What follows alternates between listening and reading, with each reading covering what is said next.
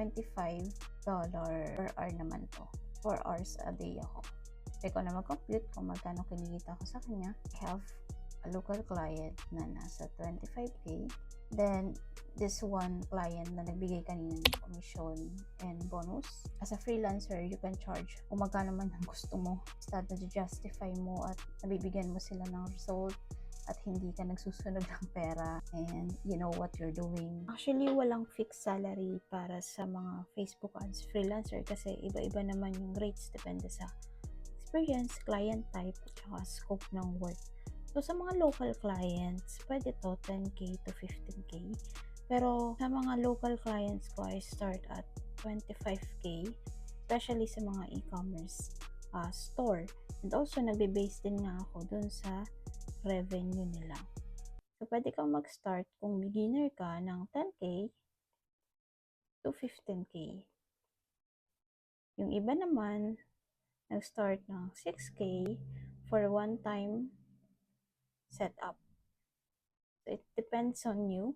But if you are a more experienced, pwede kang mag-charge ng 30K to 50K per month, especially kapag mga full-time roles na.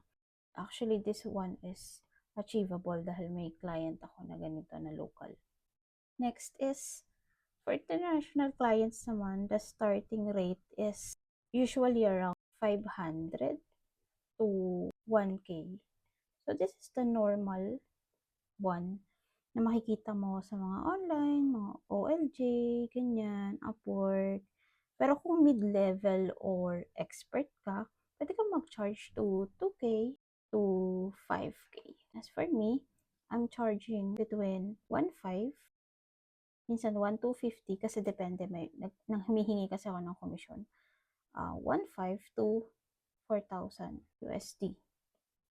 So you can see dun sa video ko, I charge 1,250 and then the client offered me 5% commission, which totaled to 2,400 something yung nakinita ko sa kanya.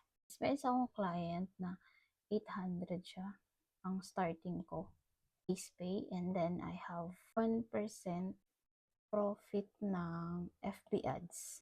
So this is just today. Makikita mo dito, January 14, ayan, 2,752. Ito yung sinend na ni client sa akin kanina sa email, invoice. So, ito yung computation.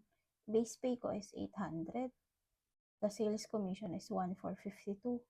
Special bonus is 500. So, total payout is this one. We included a special bonus to thank you for helping us reach the $1 million milestone. We look forward to a great 2025 with you. Let me know if you have any questions. Thank you. Kapag medyo experience na FB ads freelancer ka, walang limit. Like, you can charge whatever you want and nagdedepende talaga sa lahat. By the way, I'm a senior media buyer.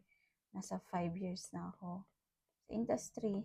And makikita mo ako sa LinkedIn, Threads, IG, TikTok, and FB. Pati nga pala YT. So, I have this YT. May mga videos naman ako dito na hopefully makatulong about Facebook ads, mga tips, and also about freelancing.